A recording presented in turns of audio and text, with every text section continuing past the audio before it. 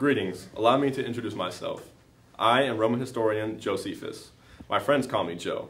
But as you welcome spring, I'd like for you to take a moment to reflect on the Ides of March. It was a religious holiday in ancient Rome that became a turning point in Roman history. I'm feeling wonderful after my last big victory in Gaul. Some might say, how could I possibly have the gall to think this? See what I did there? But with such a victory to present to the people of Rome, I think it is time. No, I am certain it's time. It's time to take my place, to demand my rightful place as emperor. Of course, we can't keep this silly republic nonsense going if I am emperor. The people will have to choose. Do they want a republic or do they want me, an emperor, sitting on the throne of the Roman Empire? Oh my, that does have a nice ring to it. Have you heard? Oh yeah, about the new chariot model that Tesodius was coming out with? It's gonna be awesome. No. Have you heard about what Caesar's planning?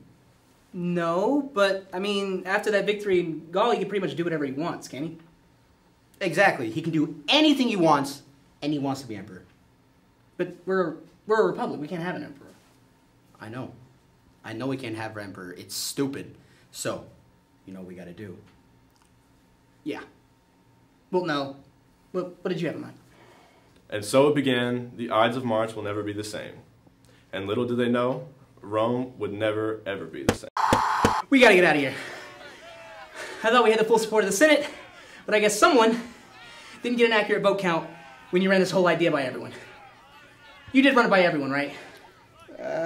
Most everyone. Most everyone? Pray tell, who did you not tell? Well, Octavius, I didn't run it by him. Octavius? Are you crazy? You thought this would work? You thought that this would be a good idea without Octavius' support?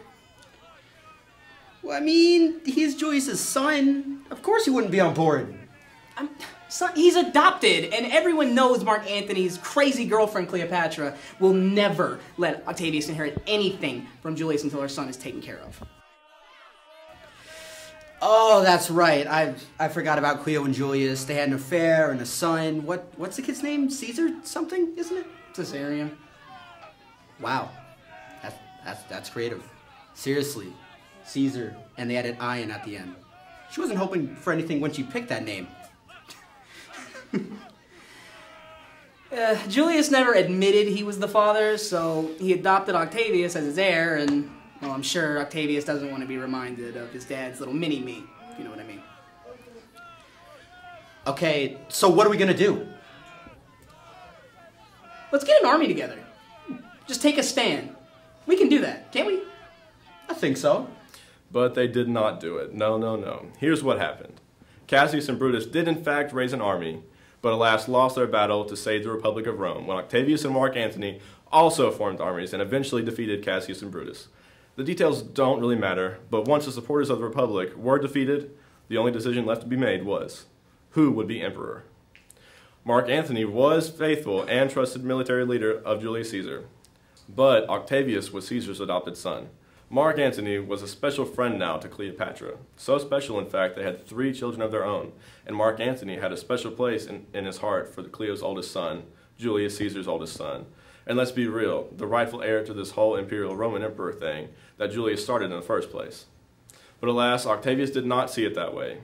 Nothing destroys a friendship faster than the lust for power, and soon Octavius and Mark Antony were mortal enemies destined to face off in the battlefield. Octavius, who was eventually given the name Caesar Augustus, was of course, if you know your history, victorious in the battle, and he would go on to become the first emperor of Rome. As to Mark Antony and Cleopatra, I think we know what happened to them. They make movies about that. But now you know, it all began on the Ides of March.